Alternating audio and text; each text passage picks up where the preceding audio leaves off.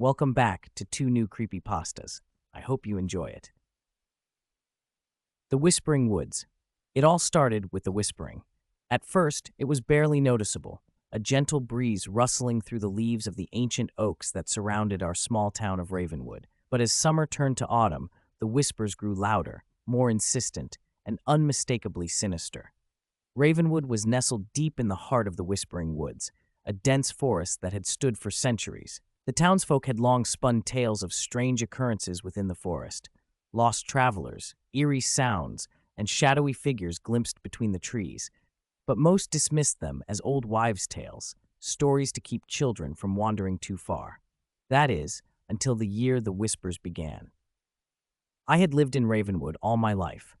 My parents ran the local diner, and I spent my days helping out there or exploring the edges of the forest with my friends, Emma and Jake. We had always felt a strange connection to the woods, a pull that drew us in despite the warnings. But that year, the pull was stronger, almost irresistible. It was late October when we decided to venture deeper into the forest than we ever had before. The whispers had grown louder over the past few weeks, a cacophony that seemed to be calling to us specifically. Emma, always the daring one, suggested we follow the sounds to their source. Jake and I hesitated, but our curiosity got the better of us. We set out early one morning, the forest bathed in a cold, gray light. As we walked, the whispers seemed to guide us, growing louder and more distinct. They were no longer just indistinct murmurs, but fragmented sentences, urgent and pleading. Help us. Find us. Release us. The deeper we went, the darker the forest became.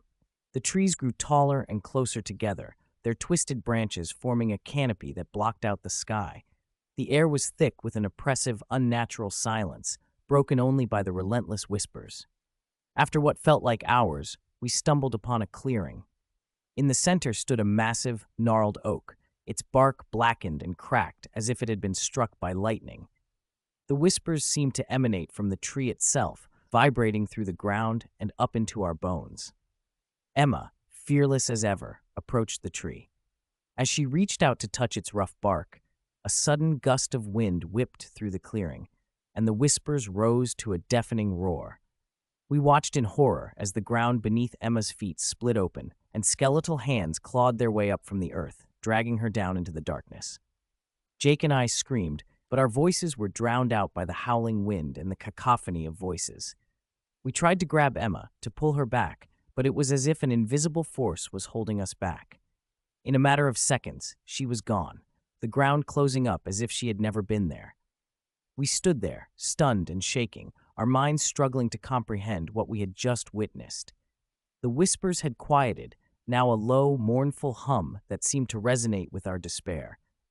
"We need to leave," Jake said, his voice trembling. "Now."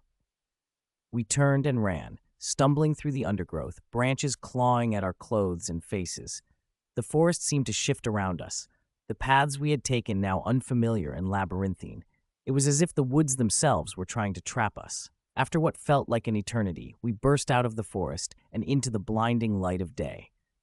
We collapsed on the ground, gasping for breath, our bodies trembling with exhaustion and fear. When we finally made it back to town, we were met with disbelief and suspicion. The townsfolk refused to believe our story, insisting that Emma must have run away or gotten lost. But Jake and I knew the truth. The Whispering Woods had taken her. In the days that followed, the whispers grew fainter, as if sated by their latest victim. But they never truly went away. Jake and I rarely spoke about what had happened, but we both felt the weight of it, a lingering dread that haunted our every step. As the years passed, we drifted apart. Jake moved away, unable to bear living so close to the forest that had taken our friend. I stayed in Ravenwood, feeling an inexplicable need to uncover the truth about the Whispering Woods. I spent countless hours researching the history of the forest, digging through old records and forgotten tomes. What I discovered was a dark and twisted history, tales of ancient rituals and blood sacrifices meant to appease the spirits that dwelled within the woods. The whispers, it seemed, were the voices of those who had been sacrificed, their souls trapped in a never-ending torment. Driven by a need for closure, I ventured back into the forest alone. The whispers greeted me as an old friend, guiding me once more to the clearing and the ancient oak. This time, I was prepared. Armed with knowledge and determination, I performed a ritual I had found in one of the old texts, hoping to break the curse and release the trapped souls. As I chanted the ancient words, the whispers grew louder, more frantic. The ground trembled, and the air crackled with energy. I felt a surge of power, a connection to the spirits that had been bound to the forest for centuries. And then, as suddenly as it had begun, it was over. The whispers fell silent, the oppressive weight lifted from the air. I stood alone in the clearing, the ancient oak now lifeless and still. I don't know if the spirits found peace, but I like to believe they did. The forest remains, its dark secrets buried beneath the soil. Ravenwood is still a quiet town, and life goes on much as it always has. But the memory of that fateful day lingers, a reminder of the darkness that can lurk just beyond the edge of the familiar.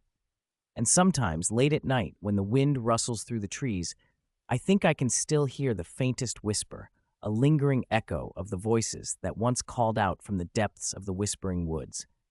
The watcher in the window. Every night, as the clock struck midnight, I saw him. It started a few weeks ago when I moved into my new apartment on the outskirts of town. My place was on the third floor, and the building across the street was an old, abandoned office complex. The first time I noticed him, I thought my eyes were playing tricks on me. He stood in the window directly across from mine, a dark silhouette against the dim glow of the streetlights. At first, I couldn't make out any details, just the outline of a tall figure.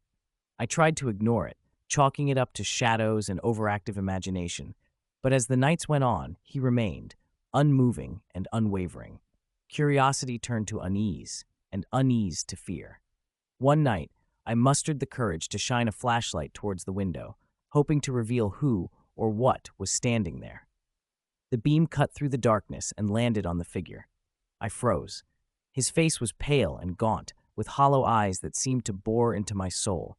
His mouth was twisted into a grotesque grin, and he didn't flinch under the light.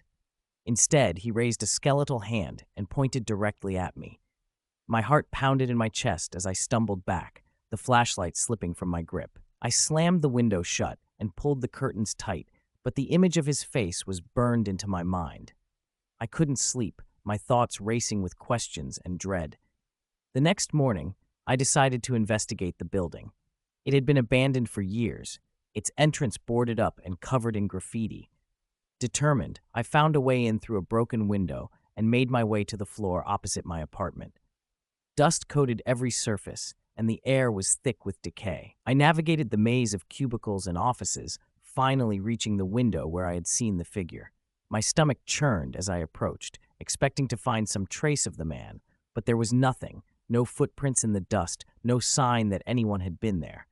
I stood in the empty room, my breath coming in short gasps. Had I imagined the whole thing? Was I losing my mind? That night, I kept the curtains closed, but curiosity gnawed at me. Just before midnight, I peeked out through a small gap in the fabric. He was there, as always, watching and waiting. My blood ran cold. In a desperate attempt to rid myself of this nightmare, I called the police. They arrived quickly, but when I explained the situation, they seemed skeptical. Nonetheless, they agreed to check the building. I watched from my window as they searched the office complex. After what felt like an eternity, they returned and confirmed what I already knew. The building was empty. The officers left, leaving me alone with my terror. I closed the curtains again, my mind racing. Who was he? Why was he fixated on me? That night, I barely slept. When I finally drifted off, I was plagued by nightmares of the gaunt man and his hollow eyes. I woke up drenched in sweat, my heart racing. Morning brought little comfort. I decided to leave the apartment for a few days, hoping distance would break whatever spell had been cast over me. I packed a bag and stayed with a friend across town, trying to regain some sense of normalcy. When I returned, I cautiously approached the window. I couldn't resist looking, even though I knew I shouldn't. My breath caught in my throat. The window was empty. He was gone. Relief washed over me, but it was short-lived. As I turned away, a chill ran down my spine. There on my bedroom wall, written in a dark, red substance, were the words, "I see you." And I realized, with a sinking dread, that he was never in the building across the street. He had been in my apartment all along. Thank you for watching. Have a good night of sleep and stay safe. Please consider subscribing. It is completely free.